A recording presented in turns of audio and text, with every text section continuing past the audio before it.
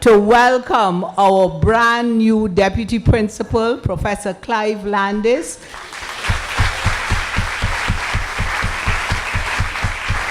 So now you get to meet your new principal, who is an old deputy principal, and the new deputy principal. Professor Clive Landis, come and bring greetings to the staff. Well, I just want to briefly say that I'm very honoured to have been offered the post of the deputy principal at this important juncture in the university.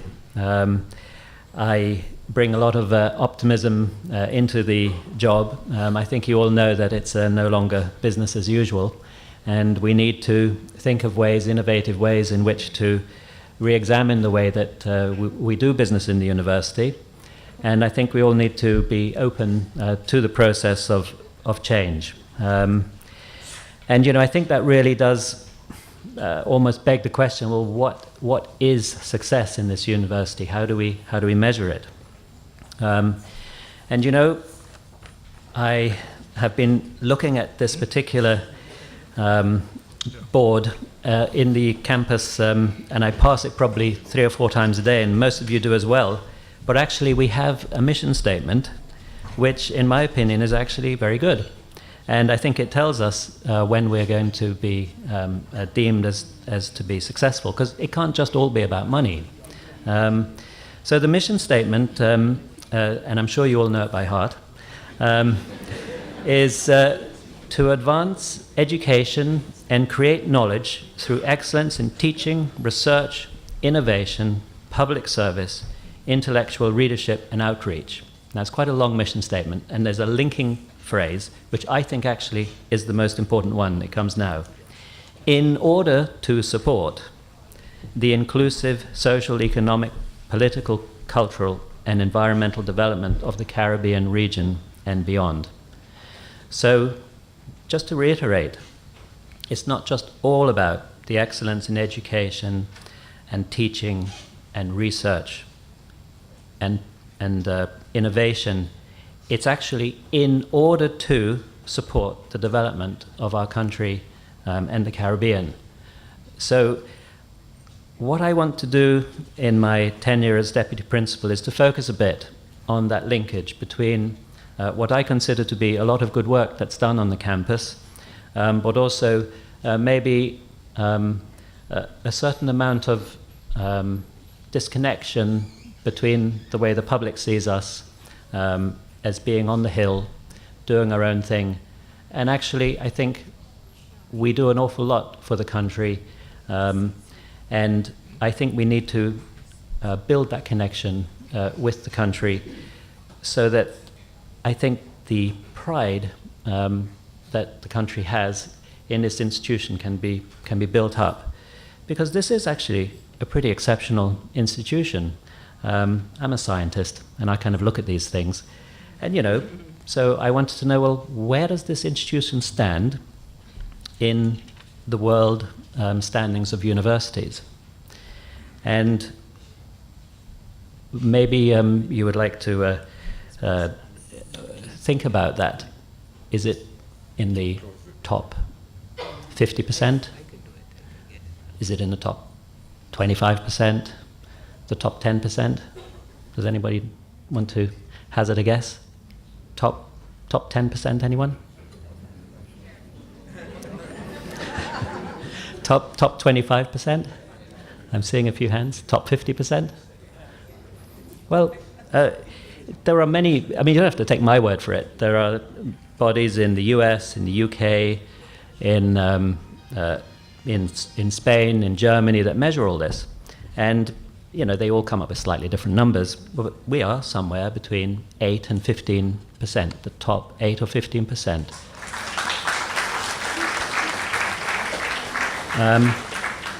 And that is supported by a country of 250,000 people. I mean, I think that's pretty exceptional. And I don't think many of us in this room knew that, and I can, by extension, claim that probably very few people outside of this room would know where we stand. But we need to work hard, I think, to build the connection and the relevance of this university to the society that we serve. So, You will be hearing about me, about ways in which we can measure these kind of activities, but it's up to all of us. It's not just some sort of a committee about community engagement. All of us have a role to relate to our communities, to our colleagues, to our friends, and through the media to show what we're doing at the university, the ways that the university is supporting students in this hard time. There are so many different ways. I've been asked to coordinate all of these activities so that they become more comprehensible. We're really reaching out to students, and we need to communicate that further. So I've probably gone on longer than I intended to, but I just want to thank the principal and all of you for your very kind welcome, and I will be working with you to help restore this university to the place where we want it to be, a sound and secure and successful institution that's relevant to the country. Thank you very much. It is a humbling and inspiring feeling to serve UWI and the region as the next principal of the Caveville campus after the singular leadership of Sir Hilary Beckles. The Beckles legacy has bequeathed a formidable programmatic and infrastructural platform from which to consolidate, expand, and continue to internationalize the Caveville campus's contribution to a UWI education in the region and internationally. And I really want you to join me in thanking Sir Hilary for his visionary leadership of the Caveville campus.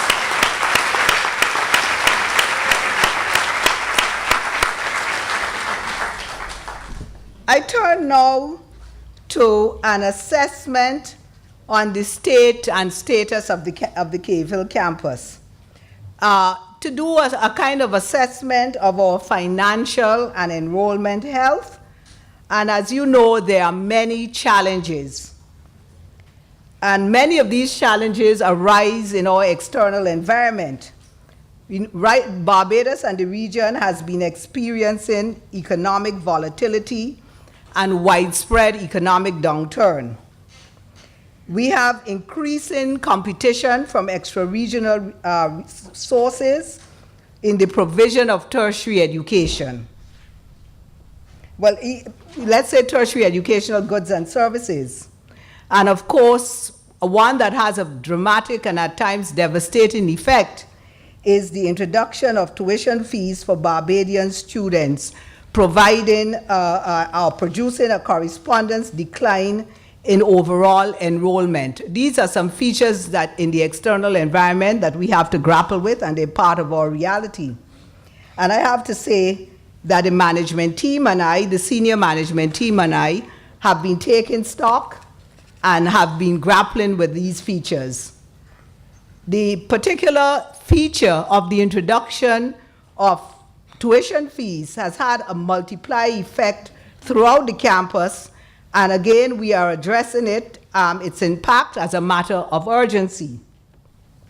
Fortunately, the campus also has some outstanding achievements and features, and they provide enabling mechanisms for the campus to leverage its way beyond these external shocks. And I want to say, while we have to address the reality of what we face, my vision for the campus is, of course, beyond the immediate reality. We have to deal with it, but we have to get beyond it. And my vision is targeted, and I'll come to that, way beyond that. And we are very fortunate in terms of the outstanding features that we have that we can leverage to have functional, beautiful infrastructure. We need ongoing maintenance. In some areas, the plant is under stress, but the reality is that we have the capacity. And we have the capacity that was built, I would say, to accommodate comfortably 9,500 students. So right now, we are not where we want to be in numbers, but we do have the capacity, even though issues of maintenance in some areas continues to be a challenge. We also have first-class infrastructural expansion and enhancement of the teaching and learning facilities, smart classrooms, and a strong information technology infrastructure. And just on June 18th, when we had a special meeting of steering committee of academic board, the head of the chief information officer, Mr. Gill, presented a very innovative proposal for a business solutions unit within the IT center that would also enhance what we do and bring some savings. And we will present that to FNGPC for approval, discussion, and approval. Again, in terms of the achievements of the campus, measurable improvements in the learning environment for students who are differently abled. Our Faculty of Medical Sciences has professional accreditation. This is due again in April next year, and the entire campus is going to work with the brand new dean. In fact, I should just ask the dean to stand because, you know, we have a new dean of the Faculty of Medical Sciences. Please welcome him. And I have to acknowledge, because we won't catch him again and he won't like this, but I have to acknowledge the outgoing dean who has really been a pioneer. Professor Brandy, forgive me, but please stand.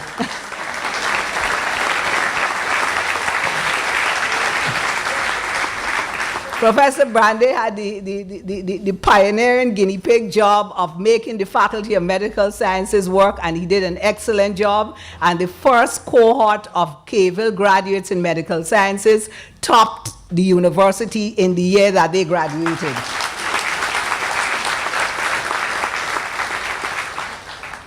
Another strength of the campus is that we have institutional accreditation, and we also have an institutional accreditation follow-up committee monitoring, because before you know it, we are back there again.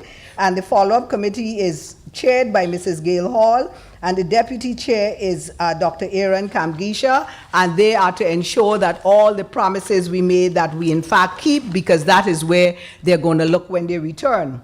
We are also deepening disciplinary quality mechanism, quality assurance mechanisms and processes, building robust tripartite partnership, maintaining strong working relations with Barbados and regional governments, strengthening student services with a particular emphasis on pedagogical enrichment. We have greatly expanded the state-of-the-art sporting facilities. We have strengthened student services with a particular emphasis on student health services and student athletic development. And we have, as I mentioned, greatly expanded not only the state-of-the-art sporting facilities, but the programs in sport, the degree programs in sports. And again, in October, we are going to have our first cohort of students graduating from that program. All of these gains are capped by high staff retention.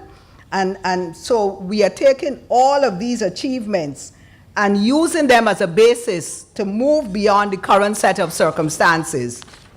And I'd like to say that in spite of the challenges, Caville has a reputation as a campus that delivers, and we intend to continue delivering.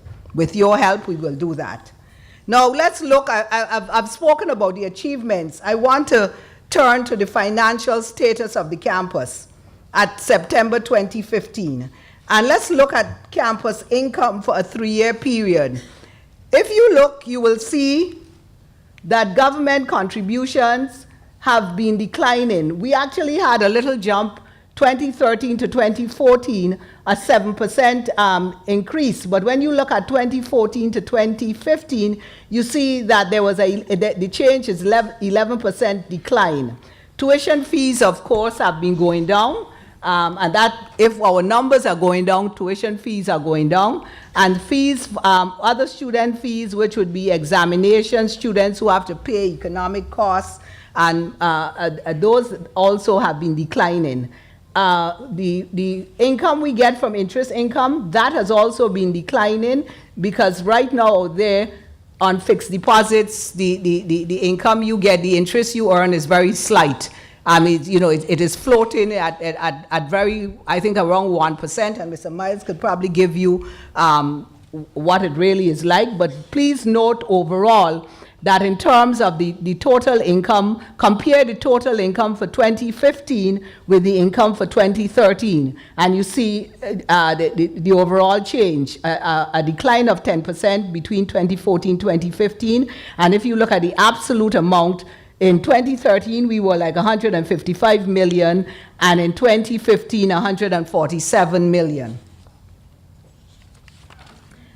And now let's look at campus expenses over a 3-year period. Now, that is also a very interesting table, because when you look at the absolute numbers for staff costs, 2013, 103 million, 2014, 103 million, 2015, 101 million. And those changes, we have managed that decline mainly because of freezing positions. Other expenses, as you notice, would have also been declining. You read from 2013 across. Look at the total costs, but what the percentage I really want you to focus on is staff costs. Staff costs is 72% of our total expenses. And even though we had a slight decline between 2013 and 2014, we went from 69% to 65%. By 2015, we are at 72%. And so in terms of the expenses that we have, meeting our staff payroll is a very significant, at 72% is a very significant part of the expenses that we have to deal with. Again, and in this table, we look at this is the Barbados government debt to the Caville campus over a 3-year period. And so when you look, you see 2013, 91, 86, 93. This is what they owe to us for tuition fees, what is owed to us for economic costs, bursaries, VAT, and these figures speak to the beginning of September. But the figure that you want to focus on is the total debt. And the total debt to us is 205 million, as you can see it right there, plus. Now that is very serious. It does not enable the campus to have a lot of wiggle room.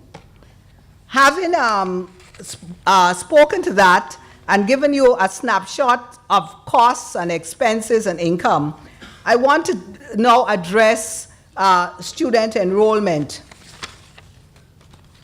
and to position that again in terms of everything we are saying. At matriculation on August 28th, I used the opportunity of addressing matriculation, the new incoming students, and most of them turned out, so that was very good, to speak to what our enrollment figures look like on that date. And on that date, we had 4,000, and of course it was changing daily. But the point is, on August 28th, when we were officially beginning the academic year, I have to remember to look over here. Oh, thank you very much for coming, all of you standing there.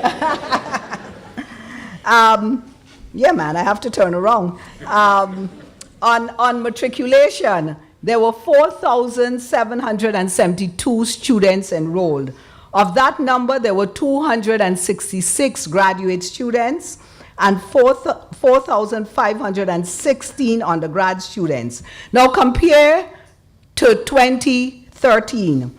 I can't tell you definitively that the numbers on August 28, 2013 were 8,711. What I can tell you definitively that our record of students in UWI in 2013 was 8,711.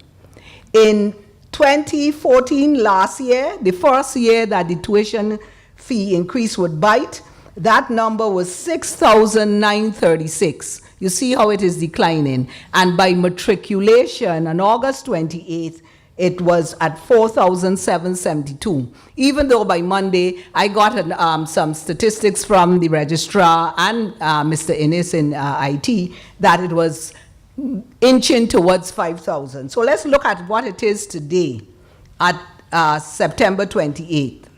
And here you have enrollment broken down by institutes or faculties, and you see humanities, gender studies, law, medical sciences, social sciences, science and technology. And the total we have for graduates, which I'm very pleased about, is 785. Please because on matriculation it said 266. And Mrs. Carter Payne did call me after and said graduate students usually come in late. So some were actually returning students, and there were a few new ones. Undergraduate, as we speak, 5,094. The total, 5,879. So it is much better than August 28th. But compare that to 2013 of 8,711 students. We are still down by over 2,000 plus nearly 3,000. And all of us who care about K-ville, that should detain us. Now, I would say that the improvements in the numbers is due to a vigorous campaign of advertising, radio discussion, follow-up with students who took leave, and the shifting registration we also shift the registration deadlines, and all the staff members who were involved in causing that. We pulled in over 1,000 students in between the ones who were coming back and the new ones who walked through the door. And I remember discussing with Mr. Lovell, we ran an ad in the paper basically trying to nudge the reluctant back into the campus. And Mr. Lovell said to me, Principal, if we get 3 new students, we pay for the ad in terms of the cost, in terms of what these new students represented. Because he told me about something called a junior page, which is bigger than a half page, but we couldn't pay for the full page. I thought, just get the message out there. And we got the message out there, and at the end of that week, when the ad was run, Mr. David Marshall in admission said to me, we got 80-something new students. So we more than paid for the ad, and the campaign worked. But let us go on to campus responses, and to say that senior management, and by senior management I mean more than colleagues up here, this is the entire leadership of the deans, and all of the deans have worked extremely hard as part of this. Senior management has been engaging actively and aggressively to halt the decline in numbers, to curb costs, to increase revenue, and I will provide some highlights of these responses. And here they are.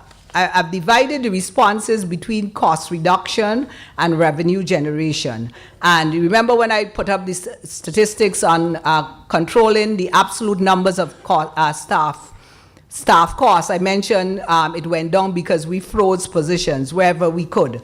And reduction of the part-time vote, rationalization of course offerings, reducing the replacements of staff on leave, elimination of courses with low enrollment, increasing use of online technologies, even though I think we need to harness this more effectively, I use it some more, continuously seeking and implementing energy and resource-saving measures across multiple administrative and academic platforms. And I have to say, we have to absolutely do more in that area. We had some very good suggestions, and we are going to switch to installing sensor-based switches for lights and AC. And that suggestion came from a member of the WIGAT executive when we had a meeting, and I think this is long overdue. But before we get to that, I want to encourage you, if you're the last leaving a room, turn off the light. I would prefer the money to stay on campus than have to go to Barbados Light and Power. Revenue generation measures. We are seeking new revenue streams through commercial activities and opportunities. We have 2 committees, a standing committee of F&GPC chaired by Ms. Sonia Johnson, and I have just recently established an ad hoc committee chaired by Dr. Donnelly Carrington with a definite lifespan and timeline to bring a report to us with membership from across the campus, to bring a report to us on the commercial opportunities that are available, to bring us pricing policies, to speak to the scope of operations, and those will then be presented to academic board and finance and general purposes committee. But having spoken to our responses, I want to say we are dealing with an immediate situation that we have to get out of. But we are not going to be detained by that, because we have to go on. In fact, we are always driven, we operate at 2 levels, the operational level and the strategic level. And in the context of a UW-wide vision, we are near the end of the last strategic plan, but the UWI vision still holds, and the 6 strategic perspectives of that vision still holds: financial, employee engagement and development, internal operating processes, teaching, learning and student development, research and innovation and outreach. And my vision for the campus is encapsulated here. And the campus subscribes to that vision, and the vision is really how we see ourselves. When we look at the mission, and our deputy principal spoke to the mission is what we intend to do. That is our mission, what we intend to do. And this is the management team that will work with me, and that we have been working together to do this. And this team will take us where we want to go. So we have a lot of work to do, and we want to do it with you collectively, but we take our responsibilities and our and mandates very seriously. And each of these individuals you see here, each one has a specific portfolio, a specific set of responsibilities, but we will work together as a KVIL team with you to carry these out. And so let me speak to what I see in a nutshell as my vision for the campus, even though I will elaborate on it. Under my leadership, the KVIL campus will work integratively and cohesively to advance student-centeredness, growth, financial viability, and the internationalization of the campus. And so as your new Pro Vice Chancellor and Principal, this is my vision for the KVIL campus. And part of my focus will be bringing the global local. All of the achievements that I identified in the earlier stages that the campus has as a platform, we now have those to leverage in terms of where we move next. The international competition within the region is not going to go away. That is why we differ from fly-by-night schools. We are institutionally accredited. That is why we maintain quality assurance standards, because we want to say when someone gets this degree, there is some worth behind it. Introduce some pain sometime, but there is some worth behind it. And if you hear unfortunate stories about programs having to collapse because they weren't institutionally accredited, you get to appreciate more why this is so critical. The vision has to rest on a solid platform, and I see these as the 4 pillars of KVIL success. The facilities must be functional, well-resourced, and fit for purpose. Well, I spoke a little of the facilities. We have some work to do in some areas, but I would say overall, we are doing well there. Faculty, that is those of us who teach students, must be qualified, competent, motivated, professional, and student responsive.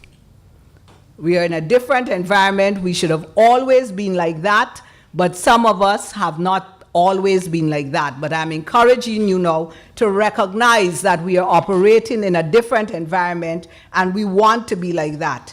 Content, what we offer our students, those should meet international standards and include curriculum, libraries, laboratories, and other educational resources.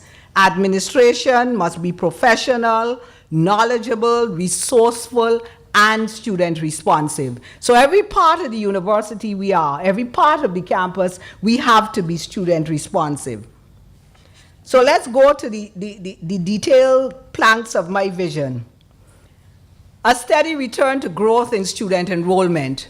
So let's say that we cap at 5,800 this academic year. I hope not, but let's say that. Then by next academic year, I would like us to at least be 6,000 plus. And that would be that we are climbing back, and I would like us to even get to 9,000. I don't necessarily want 10,000. I think we may have capacity issues, but I think we can hold 9,000 easily. It's not going to happen overnight, and we all are going to have to realize that we are part of the process. In our interactions with students and the public, we are part of the process of how we portray ourselves and how we take ourselves professionally. Strengthening of the financial viability and resiliency of the campus. In some of the responses I've given to you, that is also part of it. Working with Barbados and regional governments to encourage international donor governments to provide scholarships for their nationals to study at UE. I am not saying don't give scholarships to go anywhere else, because a lot of us had those opportunities, and I don't want to close off that at all for anyone. I happen to believe, given my bias, which I wear on my sleeve, that everybody should do their first degree at UE. Everybody doesn't believe that. I don't have a problem with that. But I think you should get a Caribbean foundation, and if you can, go abroad. But I also want, and I've spoken to the Minister of Foreign Affairs about that, when governments give scholarships for our students to go abroad, also ask them to send some students to us, and those can be summer abroad programs, they can be semesters abroad, they can be full programs. So we want a flow of students to UWI-Kville. We want a continuous nurturing of existing relationships between the government sectors in Barbados and the region. And I have to thank many departments who actually have those relationships going. I sign off when you enter into consultancies and arrangements and partnerships, and I welcome that, because not only at the campus level, but departmental level and institutional level, when you have those relationships, they redound to the benefit of the campus. Continuous enhancement of the cyclical disciplinary quality assurance processes.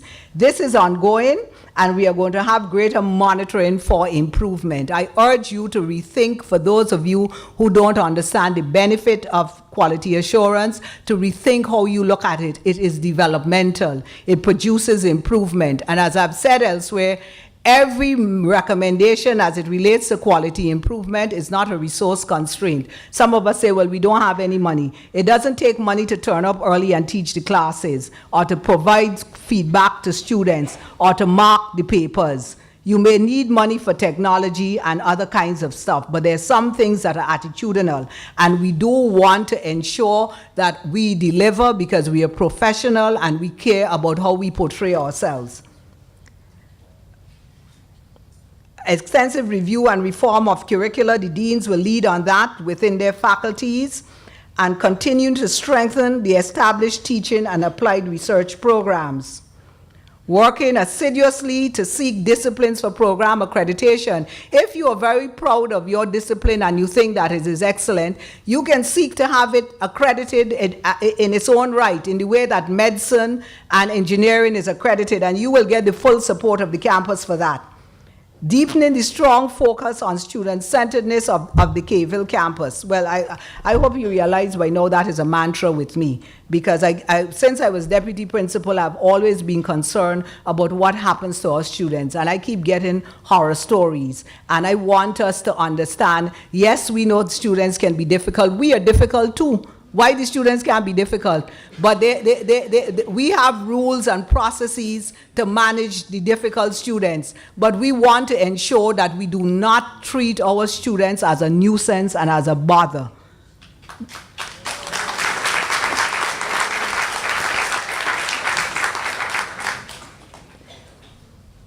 Re-energizing the Research for Caribbean Development agenda. This is a really big one, and in that regard, I want to thank Dr. Janice Cumberbatch and her team, made up of persons from Salises and the Faculty of Science and Technology, for mounting the Sargassum Symposium and demonstrating that the Kville campus will seek to provide answers to Caribbean challenges.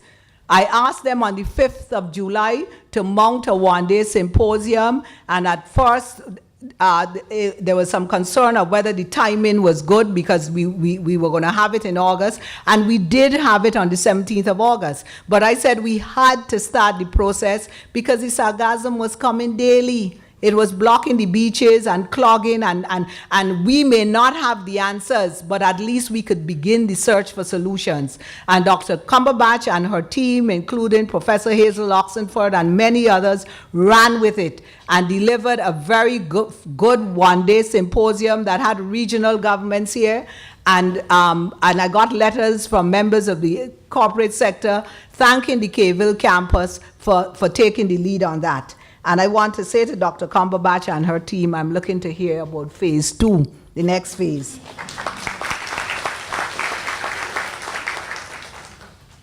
enhancing collaborative relations with indigenous tertiary level institutes in Barbados and beyond. And I want to reopen the conversation with BCC about the 2+2 initiative as it relates to continuously building and consolidating the growth and leadership of faculty, administration, and students. That is also extremely important to me. I am very big on succession planning. I would like to see midway during this first 5 years what the next tier of the campus leadership looks like. I believe that you should prepare and plan for that. And I want to see the development of younger faculty members. I want persons to become involved in administration, to understand how the university ticks, works, functions. Maintaining standards of excellence by holding faculty, administrators, and students to the highest standards of responsibility and accountability. All of us, the principal, all of us, holding everyone to high standards. Why? Because we believe in excellence, and we should be motivated by high standards. And I am going to be committed to that. And maintaining an effective communication strategy internally and externally. And I have already spoken with the Public Information Officer, Mr. Lovell, about that, and we are drawing up a communication plan. He's leading on it, but we have to do better at communication. So many rumors and so many things are said that are not true, and it takes a life of its own. It walks and it talks, and pulling it back is so difficult. So we in administration, and I like to take responsibility. If there's a rumor out there that is wrong and it involves my office, I will take responsibility, even though I wouldn't have started it. But I feel I have to play a part in pulling it back. And I think that if we attempt to share information more, because we are in a different environment, you really have to make an effort to be informed, and we will make the effort to provide clean and clear communication as much as possible. So I have outlined to you my roadmap for the Caville campus to return us to growth in student numbers and financial solvency, and to reinforce that we are in fact a great institution. The Caville campus has a proud tradition of educating some of the most talented women and men in the Caribbean. And as far as I'm concerned, and I know you too, because you're here in your numbers, the tradition continues. Thank you very much.